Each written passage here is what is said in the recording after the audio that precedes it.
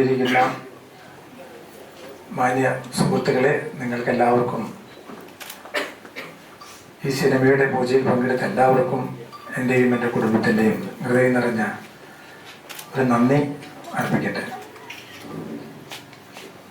എന്നെ സംബന്ധിച്ചിടത്തോളം വിജയൻ സാറ് പറഞ്ഞ പോലെ തന്നെ മാർക്കറ്റുണ്ടോ മാർക്കറ്റില്ലേ എന്നുള്ളതല്ല, സ്വന്തമായിട്ട് ചാലക്കുടി തന്നെ ഒരു മാർക്കറ്റുള്ള ആളാണ് ഞാൻ.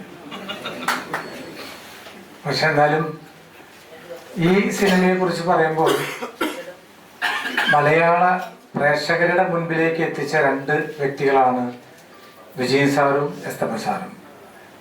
എന്നെ ജനങ്ങൾ തിരിച്ചറിഞ്ഞ് തുടങ്ങിയത് വിനോദശാല എന്ന സീരിയൽ, വിനോദ് പിണ്ടാണിയായിട്ട് അഭിനയിച്ച ഒരു ദൂരദർശൻ സീരിയലിലായിരുന്നു എന്നെ എല്ലാവരും അറിഞ്ഞത്. അതേ പ്രിയ സുഹൃത്തുക്കൾ എല്ലാവരും കൂടി ഒരു സിനിമ, അതിലൊരു നായകനോ അല്ലെങ്കിൽ നമ്മുടെ പ്രിയപ്പെട്ട അനന്യ നായികയായിട്ടും അഭിനയിക്കുന്ന, അതിനകത്ത് എന്തോ ഈ ചിത്രത്തിൽ എന്തോ ഉണ്ടെന്നുള്ളത് നിങ്ങൾക്ക് ഈ ഇതിൻ്റെ നമ്മുടെ ഈ പോസ്റ്ററും ഇതൊക്കെ കാണുമ്പോൾ അറിയാൻ പറ്റും. ഞാനും ദിവസം 10-12 സിനിമയുടെ കഥ കേൾക്കുന്നുണ്ട്. പക്ഷെ അതെല്ലാം എന്ന് പറയുന്ന കഥകളൊക്കെ ഒരു മണിപ്പട. മണി അഭിനയിക്കുന്ന ചിത്രത്തിന് ഒരു പ്രത്യേകത ഉണ്ട്. കീറിയ ട്രൗസർ, കീറിയ ഷർട്ട്, അങ്ങനെ ചില ചിത്രങ്ങൾ എനിക്ക് വേണ്ടി മാത്രം സ്വരൂപിക്കുന്ന ഒരു കാലഘട്ടമാണ്. അതുകൊണ്ട് തന്നെ നായക പടങ്ങളിൽ നിന്ന് ഞാൻ വിട്ട് വേണ്ട എന്ന് മാറി ഒരു 5-10 ദിവസത്തിലുള്ള വേഷങ്ങൾ അഭിനയിക്കാൻ സന്മനസ് കാണിക്കുന്ന ഒരു കലാകാരനും കൂടിയാണ്. പക്ഷെ ഇത്തരത്തിലുള്ള സിനിമയിൽ ഇടയ്ക്ക് ഒരു നല്ലൊരു നായക വേഷം കിട്ടുമ്പോൾ അത് അഭിനയിച്ചില്ലെങ്കിൽ അത് നമ്മ തന്നെ തട്ടിത്തെറിപ്പിച്ച് കളയുന്ന ഒരു ഇതായിരിക്കും. പക്ഷെ ഈ പടം നല്ലൊരു പടമായിരിക്കും. ഈ പടത്തെ സംബന്ധിച്ചിടത്തോളം പറയേണ്ടത്, ഞാനിനി ഒന്നും കൂടി സ്കൂളിൽ പോയി പഠിക്കേണ്ടതായിട്ടുള്ളൊരു അവസ്ഥയാണ്. കാരണം ഇതിനകത്ത് എനിക്ക് പറയാൻ പറ്റാത്ത ഭാഷകളൊക്കെയാണ് മാഷ് എഴുതി വച്ചിരിക്കുന്നത്. സംസ്കൃതം എന്തൊക്കെയാവോ എന്നുള്ളത് ഞാനും മാഷും തമ്മിലുള്ള അങ്കരിക്കുമെന്ന് എനിക്ക് തോന്നുന്നു. എന്തായാലും നല്ലൊരു പടമായിരിക്കും എന്നുള്ളത് ഉറപ്പാണ്.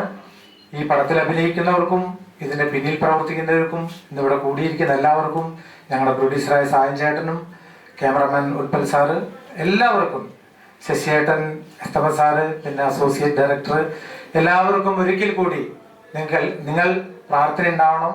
നിങ്ങൾക്ക് എല്ലാവർക്കും നല്ലൊരു ദിവസമാണ്, അത്തമാണ്. എല്ലാവർക്കും എൻ്റെ ഓണാശംസകൾ നേരുന്നു. ഈ കുഞ്ഞു പടം ഒരു വലിയ പടമായി തീരട്ടെ എന്ന് പ്രാർത്ഥിക്കുന്നു. നിങ്ങളുടെ അനുഗ്രഹം ഉണ്ടായിരിക്കുക. നന്ദി, നമസ്കാരം. വാസലയാണ് സൗണ്ടിരിക്കുന്നത്, അതുകൊണ്ട് ഞാൻ വേണ്ട എന്ന് പറഞ്ഞതാണ്.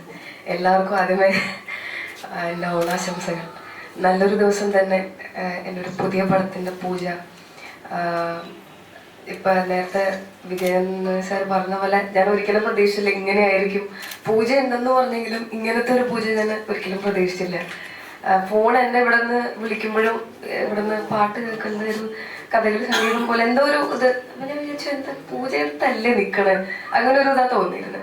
എന്തായാലും ഞങ്ങളുടെ ഈ ഒരു പടത്തിന് എല്ലാവരുടെയും പ്രാർത്ഥനയും ഒരു സപ്പോർട്ടും വേണം.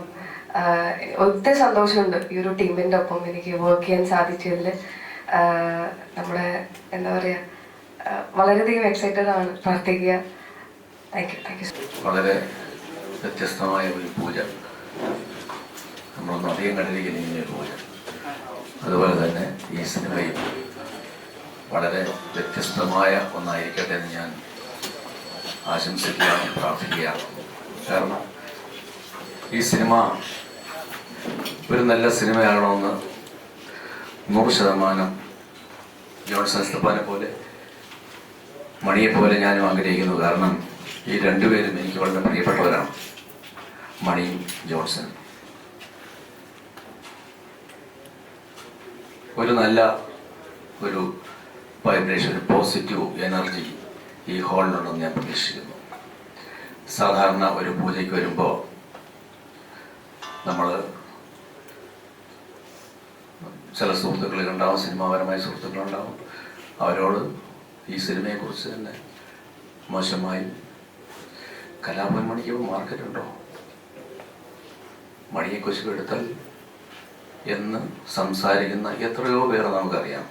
മണിയുടെ കാര്യമല്ല, പല നടന്മാരെക്കുറിച്ചും, മമ്മൂട്ടിയെക്കുറിച്ചും മോഹൻലാലിനെക്കുറിച്ചും അതൊക്കെ തന്നെ പറയും. സിനിമ നന്നാവുക എന്നുള്ളതാണ് ആത്യന്തികമായ ലക്ഷ്യം. നല്ലൊരു ഉദ്ദേശത്തോടു കൂടി ഒരു നല്ല സിനിമ ചെയ്യണം, അല്ല 100 ദിവസം ഓടുന്ന ഒരു സിനിമ എന്നുള്ളതല്ല. ഒരു നല്ല സിനിമ 4 ആഴ്ച ഓടിയാൽ മതി. ഒരു നല്ല സിനിമ ഒരു ചെറിയ ബഡ്ജറ്റിൽ ഒരു നല്ല സിനിമ ചെയ്ത് അത് പ്രേക്ഷകർ അംഗീകരിക്കുകയാണെങ്കിൽ ഈ കാലത്ത് അതിനേക്കാൾ വലിയൊരു സംഭവം വേറെ ഒന്നുമില്ല കേട്ടോ. അതുകൊണ്ട് എൻ്റെ എല്ലാവിധ ആശംസകളും ഞാൻ ഈ പ്രോജക്റ്റിന് ഡെഫേദാറിന് ഞാൻ നേരുകയാണ്. ഇങ്ങനെ ഈ ഒരു അവസരത്തിൽ ഇവിടെ വന്ന് ഈ പൂജയിൽ പങ്കെടുക്കാൻ സാധിച്ചതിൽ എനിക്ക് വളരെയധികം സന്തോഷമുണ്ട്.